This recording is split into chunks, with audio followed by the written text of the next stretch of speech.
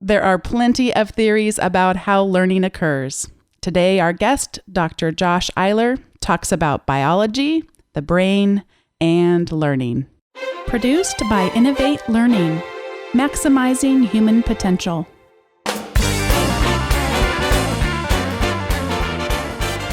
Welcome to this episode of Teaching in Higher Ed. This is the space where we explore the art and science of being more effective at facilitating learning. We also share ways to increase our personal productivity approaches so we can have more peace in our lives and be even more present for our students.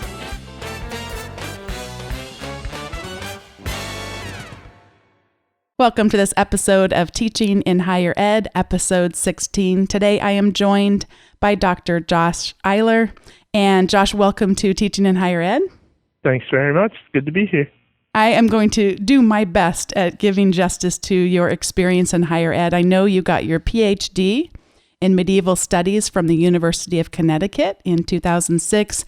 You spent some time at Columbus State University as an assistant professor in the English department. And then from what I have read and heard as we talked, you got a tug.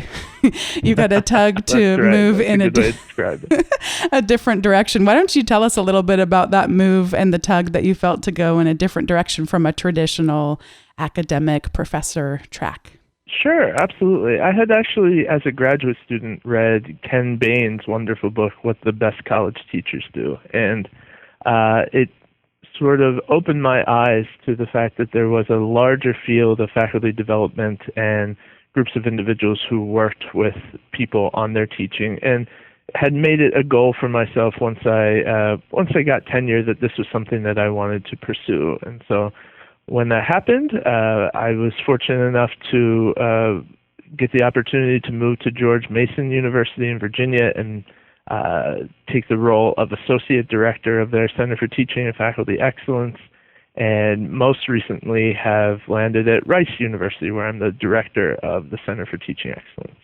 And you want to talk a little bit also about some of the other eclectic interests that you have in addition to teaching and learning?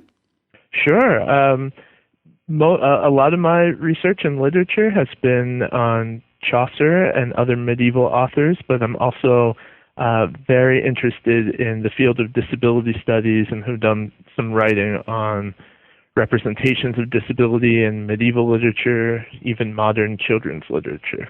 So eclectic is a good way to describe it, I think, in addition to my focus on teaching and learning. But in an interesting way, I see it all as informing, that all of it informs the rest. Tell me a little bit about how you see teaching and learning as a scientific enterprise. Yes, this is the key, I think. I think a lot of times we use a lot of metaphors to talk about teaching, and in many respects, you'll often hear teaching described as an art or that teaching is a natural gift, and I think those have merit to some degree, but I think that seeing teaching as a science, because learning is something that is rooted in our biological mechanisms, our brain, our cognitive activities, our cognitive processes,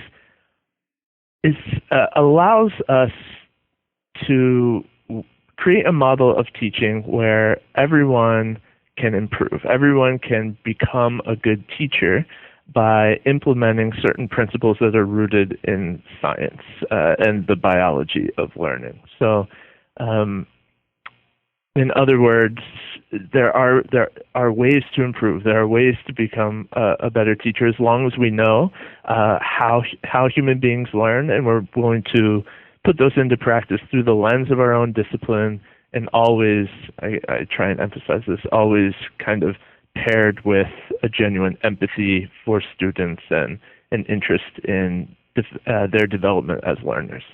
Today, we're going to talk a little bit broadly about two overarching theories of learning. There are many more than what we're going to discuss today, but specifically two that have rattled around in your research a lot recently are brain-based learning and then the more broad biological theories of learning. So let's start with the brain-based learning theory and what works about that and what started to break down as you researched it and have grappled with that.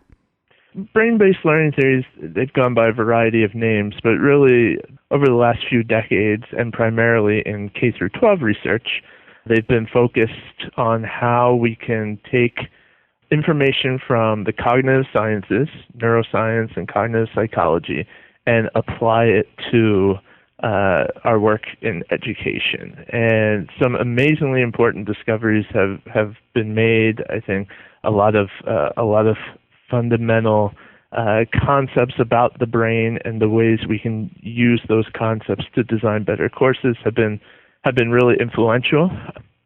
One of the things that happened early on was a gulf was sort of created between scientists and educational researchers, in that some of the early work was kind of criticized for, in some cases, cherry picking results from neuroscience, and so that made scientists wary of having their findings applied to education. And so in some sense, what is called brain-based learning, I just find just a little bit too limiting, both in that sense and in the sense that it looks primarily at neuroscience and cognitive psychology.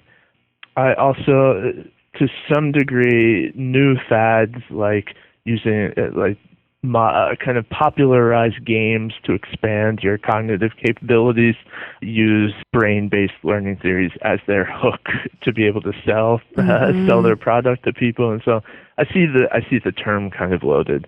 I mean, I had been using it for a long time, but then a few weeks ago was having a discussion on Twitter with someone from the University of Minnesota named Christina Peterson, and we were just talking about how the biological basis of learning may be a more appropriate kind of phrasing for what we're actually interested in getting from the scientific material. Let's shift now into that part of the conversation then, if brain-based learning is too limiting, and some of the things I've read too that are critical of just purely relying on that is that we don't know enough. We're still discovering about the brain, so we can't entirely rest all of our teaching approaches on something that we're still discovering. So let's talk about your shift then to this broader way of looking at learning.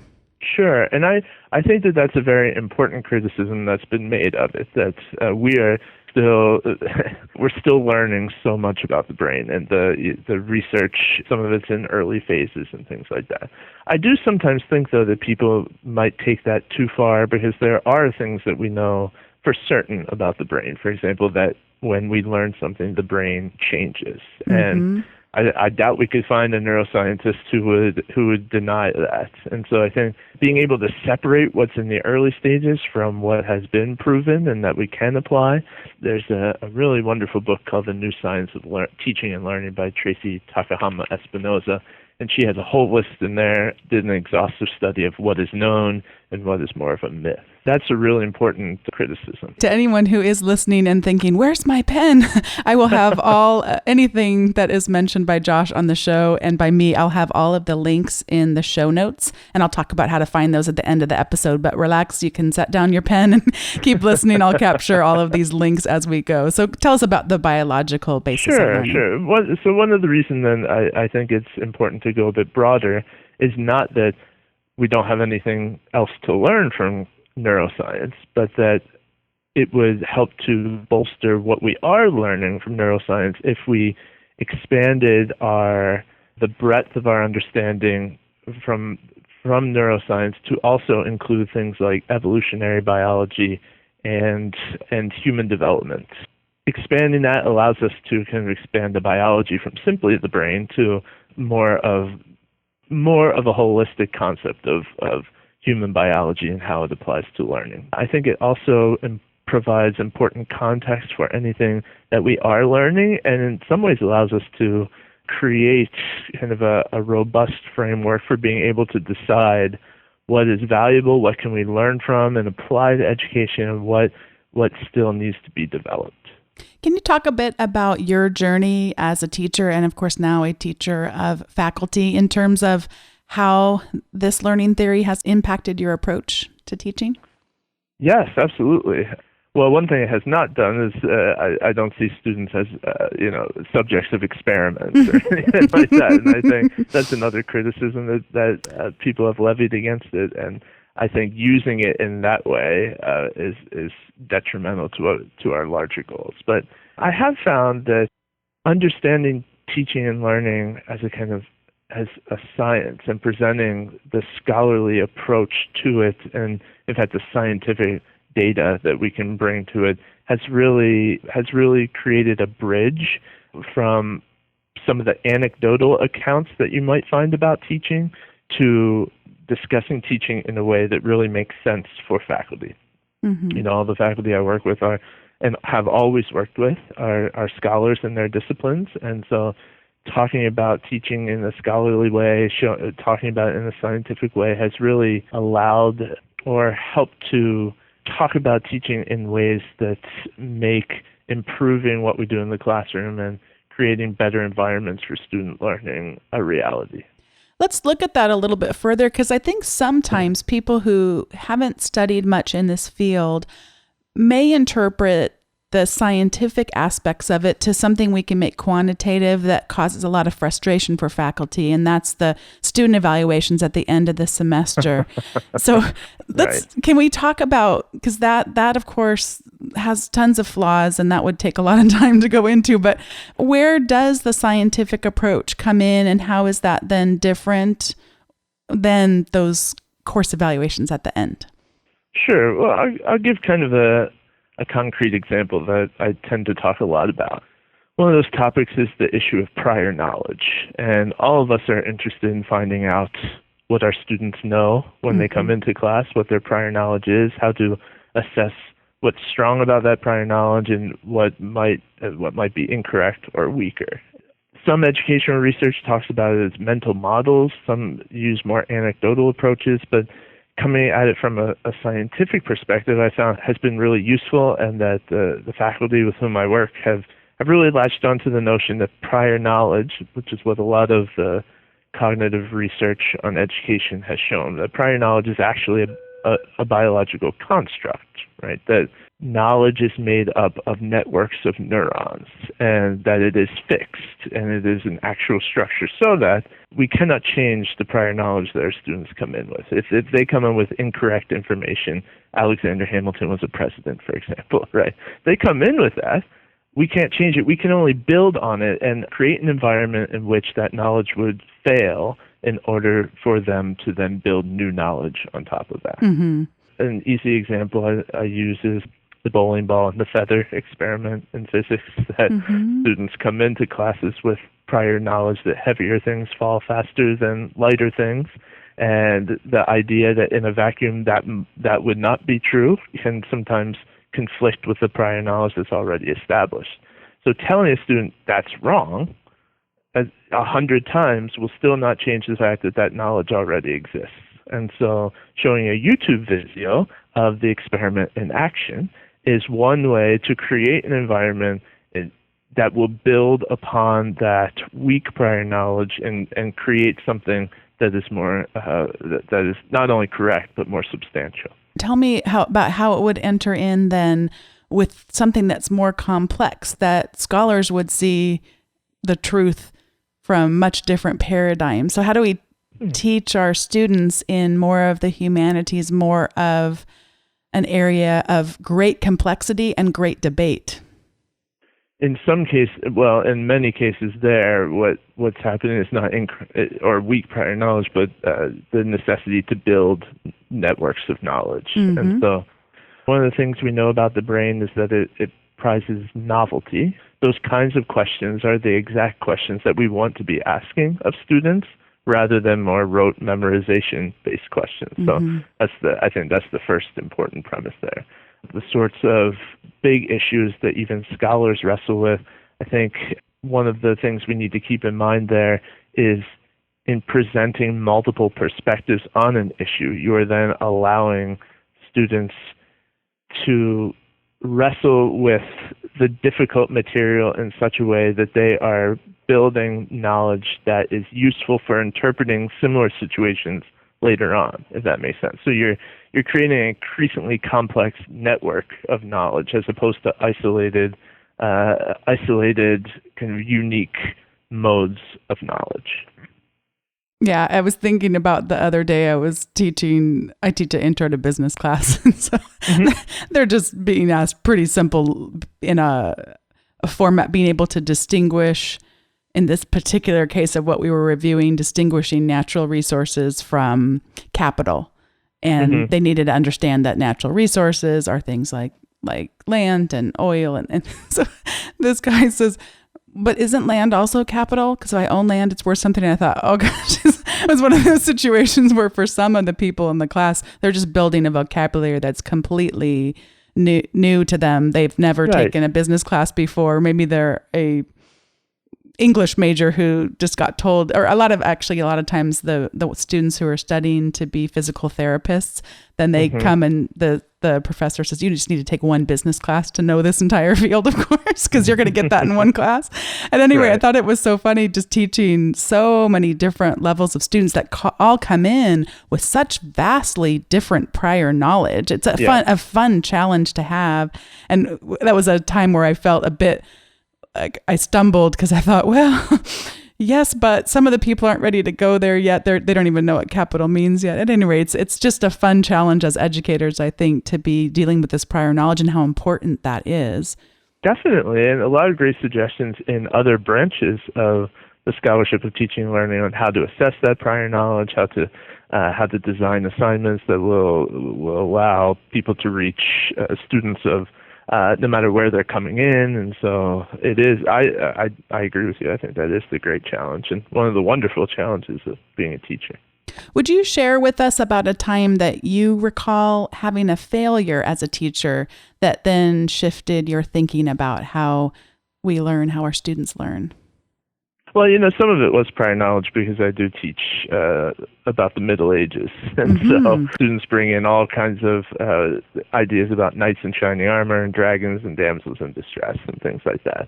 I've learned to talk about, to just have a discussion with them about on the very first day so that we can then build from there, continually assess the blueprint as we're going through. So, but didn't always know that, especially as a newer teacher, assumed that, people talk about the expert blind spot and assuming that students were coming in with the same frame of reference of the Middle Ages as I had. That was an important shift that I made early in my career as a teacher, for sure.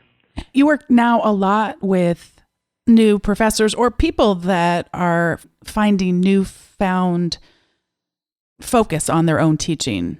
Yes. And so if you were starting to talk to someone about, hey, they're just beginning down a path toward teaching more effectively with biological learning at the forefront, what would be some steps that they could take to get started? There's some really good books out there, and some of the work that you'd want to look at would be under the rubric of mind, brain, and education. In fact, Harvard's Graduate School of Education has a new graduate program in mind, brain, and education, which pulls together neuroscience, cognitive psychology, and even some developmental psychology as well. And that's a great place to go to just get a sense of what is happening, what is going on. And then the book that really changed the way I started thinking about these things was called The Art of Changing the Brain by James Zull. He was one of the first in the realm of higher education to talk about how neuroscience can have an impact on the way we see teaching. As I've gone on, I have some disagreements with that book, but it has been really influential with shaping, I think, the way we think about the college classroom and the science of learning. In terms of being a new teacher, when you're confronted with all sorts of different things that are new and challenging, I think both of those places offer really easy, quick access into, okay, how do I use this information about prior knowledge to help with my class. And one of the areas I'm really interested in the emotional brain and the emotional responses that we have, and what am I seeing happening in my class, and what might that mean if I better understand how human beings learn and the biology of that learning. What have I not asked you about these theories of learning that are important for someone to understand? It's still, well, you did ask about this, but it's worth worth underscoring that Sure. It's still in development. I mean, we have lots more questions than we have answers. But what I find so exciting and powerful is that we're starting to ask different kinds of questions now, which is, how can this material be useful for understanding education? Not that all of it will be, or that even most of it will be, but what can we find in science that will help us bridge the gap of what we know and what we don't know to be helpful as teachers?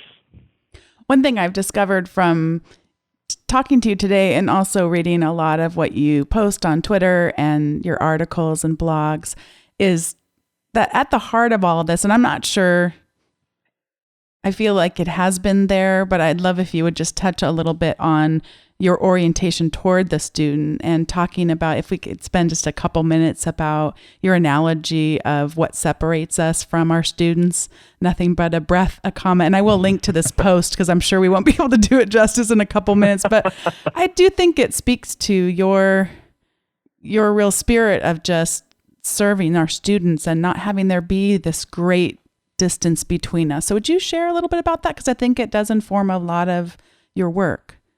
Sure, absolutely. And that I do think that there are traditional notions of classrooms that set up our work as hierarchies, and I would like to see those break down, because I honestly think that we learn a lot from our students as teachers. And I see, I've wanted to be a teacher since I was 5 years old, and part of that desire, I think, was because it is, I consider it to be not just one of the most challenging professions, but one of the most deeply felt personal professions as well. And so in a conference paper I gave just in May, I've always been drawn to the play Wit by Margaret Edson, and there's a scene in there where one of the professors is making a comparison to life and a comma, and saying how thinly we are actually separated from any other part of the world. And I really do see that metaphor, the idea of a comma that Edson brings up, as being especially powerful for our work in the classroom, that student, teacher, learners, not much really separates us. And if we actually approach our material and our work as teachers in a more unified way, that all of us in the classroom are working together towards a common goal, that we can actually we can really move education forward in really powerful ways. There was a video circulating around Twitter and different places that had some professors from lots of different institutions reading aloud their evaluations from students and poking a lot of fun. And I will confess to finding it quite hysterical. And I'm sure if I pressed play right now, I would chuckle once again at just the comic nature of some of them. However, I also recognize the danger. And I think that that's healthy to have these where you can start to connect with people who can resonate with some of our challenges and the absurdity of some of the things that we see. But I do think when we spend too much of our time and place too much of our attention on the poking fun of our students and those young whippersnappers, if they, that too much focus can really have a negative effect, because it's going to be changing how we perceive these students that are a lot more like us than perhaps we would care to admit.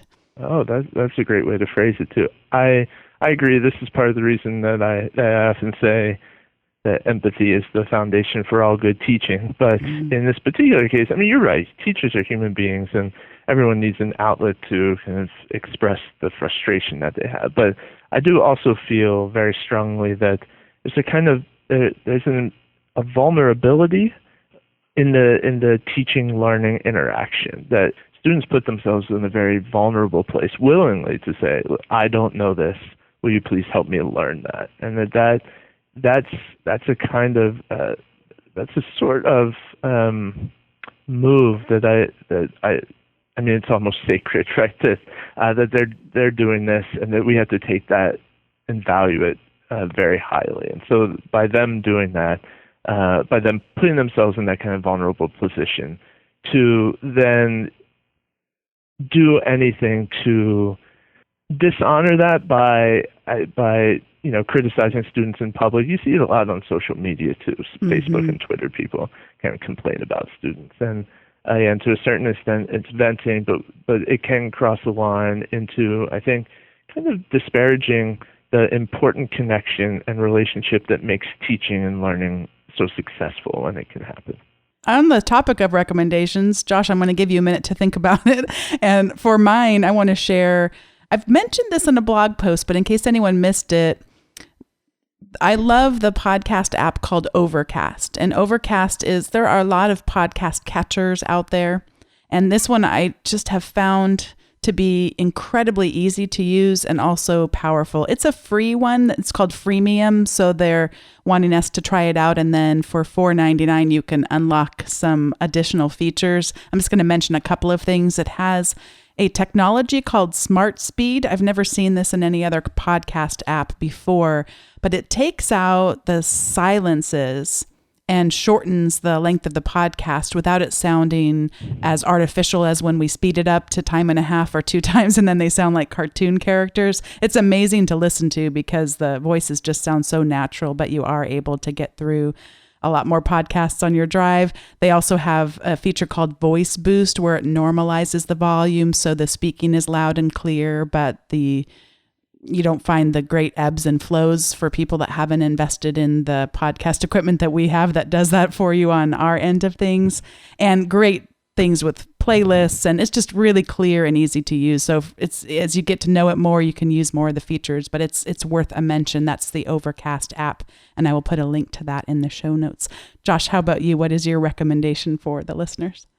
Well, I have 2, I think. Sure. And I had just mentioned this play, but if you love teaching and you've never seen the play Wit by Margaret Edson, I would recommend going out right away and renting the HBO version that came out maybe 10 years ago now with Emma Thompson in the lead. It is amazingly powerful, and I think helps you rethink what it means to be a teacher. And also, I have always found, in terms of tips, the Faculty Focus newsletters that comes out frequently. I mean, you can even if you just Google Faculty Focus, you would find it. But I find that as well as Tomorrow's Professor out of Stanford has wonderful, easy to digest tips that come out on a frequent basis, and I think lots of people find that to be a valuable source of new information about teaching, new approaches, and just in general ways to kind of keep spicing up what it is that we do in the classroom. Well, I am looking forward to having you on the show next time already, and we haven't even pressed the stop button on this time. Josh, thank you so much for joining me today and taking a risk on a stranger you've never met before. I wonder, as we close, would you tell people quick about your book and when it's coming out? And then I already will commit to having you back on the show because it would be great to chat with you then. Tell us about your book and then we'll close. Sure, and I appreciate it, Bonnie. It should be out in 2016, actually, so there's a little bit of time. It's based on a lot of what we've been talking about today. It's called How Human Beings Learn, a New Paradigm for Teaching in Higher Education, and really delves into all the areas that we might consider when we think about the biology of learning and why that will help us as teachers. And as a part of it, I'm actually going around and interviewing and observing the classes of some award-winning teachers. So it's rooted in actual classroom practice too, which I think is what at least helps me when I read new works on teaching and learning. Oh, that's fantastic. I had no idea it was 2016, so I can't wait that long. We'll have to have you back sooner than that. Thanks so much. Thanks a lot, Bonnie. Thanks for listening to today's Teaching in Higher Ed with our guest, Dr. Josh Eyler. I'd encourage everyone listening, if you haven't already, to subscribe to the weekly newsletter. These are weekly teaching articles and the notes from each podcast that come straight into your email inbox. And also, if you subscribe, you'll receive the free Educational Technology Essentials Guide. Also would appreciate it if you'll tell someone else about the show or consider writing a review on iTunes or Stitcher. Thanks so much for listening, and thanks again to Josh Eyler.